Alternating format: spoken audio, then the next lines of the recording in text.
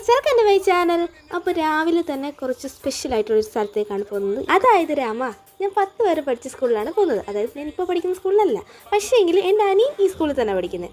10 വരെ പഠിച്ച സ്കൂൾ എല്ലാവർക്കും സ്പെഷ്യൽ ആയിരിക്കുമല്ലോ, അതുപോലെ എനിക്കും സ്പെഷ്യലാണ് എന്ന് പറഞ്ഞ് ഇപ്പോൾ പഠിക്കുന്ന സ്കൂൾ മോശമാണെന്നല്ല, ഞാൻ ഇപ്പോൾ പഠിക്കുന്ന സ്കൂൾ വേറെ രീതി അറ്റാച്ച്. അതൊക്കെ പോയിട്ട് നമുക്ക് നമ്മുടെ ടോപ്പിക്കിലേക്ക് വരാം. ഇന്ന് ഞാനിവിടെ വന്നതിന് കാരണം ഗൈഡിൻ്റെ പിള്ളേർക്ക് കുറച്ച് കെട്ടുകളൊക്കെ ഉണ്ടല്ലോ, അതൊക്കെ പറഞ്ഞു കൊടുക്കാൻ. ഞാൻ 10 വരെ ഗൈഡിനുണ്ടായിരുന്നു കേട്ടോ. പിള്ളേരെ കെട്ട് പഠിപ്പിക്കാൻ എൻ്റെ അനിയനുണ്ടായിരുന്നു. അവന് ഈ സ്കൂളിൽ തന്നെ പഠിക്കുന്നത്. ഞങ്ങൾ ആ പരിപാടിയൊക്കെ കഴിഞ്ഞിട്ട് അവിടെ നിന്ന് ഇറങ്ങി. പിള്ളേരെല്ലാം പഠിപ്പിച്ച് കഴിഞ്ഞിട്ട് നമ്മൾ തിരികെ വീട്ടിലോട്ട് പോയിക്കൊണ്ടിരിക്കുകയാണ്.